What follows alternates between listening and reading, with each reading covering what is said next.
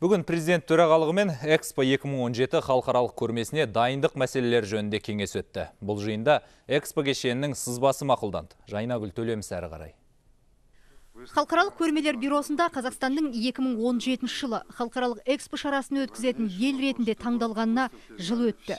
Көп кешікпей жеңімпаз мемлекет осы шараға қожалық ететін жоғарғы органға өз досьесін таныстырады.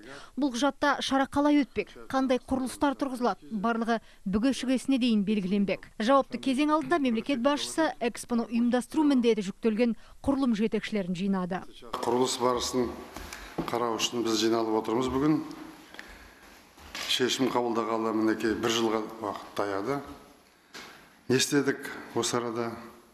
Қандай дайындықтар жасадық? Ең бірінші эскизін дайындау. Екінші регистрациялық досье. Үшінші тиісті заң қабылдау мәселесі. Көптің көкейінде жүрген сауалдың бірі ауқымды шараға мемлекеттің қанша қаражат жұмсайтыны.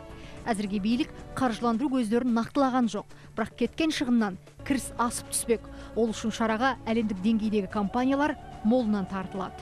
Выставка не должна быть убыточной. Мен бірінші күннен көрмені өткізуде сұрапқа жол берілмеуін айтып келемін. Осы орайда салынған барлық инфрақұрылымның көрмеден кейінде пайдаға асуы маңызды мәселе болып қала бермек. Көрме еліміздің әр азаматына қолжетімді болып, оны аралап шығуларына мүмкіндік жасалуға тиіс. Тағы бір үлкен мәселе шараның алыс жақын шетелге жарнамалануы. Мемлекет басшысы ғаламторда, әлеуметтік ресурстарда, бұқаралық ақпарат құралдарында имидждік жұмысты жүргізуді жаңашыл қадамдар қажет деп отыр.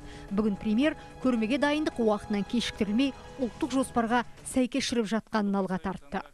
Досье жобасы дайын, оны мемлекеттік органдармен келісіп жатырмыз. Енді президент әкімшілігіне жолдаймыз. Техникалық кеңес 10 сызбаны іріктеп алды. Қараша айында жобалық құжатын жасауға кірісеміз. Қоршаған ортаны қорғау министрлігі шара өткеннен кейін көрме аумағын тиімді жаратуды ұйымдастыру үшін арнайы жұмыс штабын құрды. Бүгін президент көрме кешенінің архитектуралық сызбасын мақұлдады. Приняли решение, одобряем этот эскиз-проект и с ним пойдем на утверждение досье. Жайнагүл Төлеміс, президент телерадио кешенінің көмегімен Қазақстан ұлттық телеарнасы.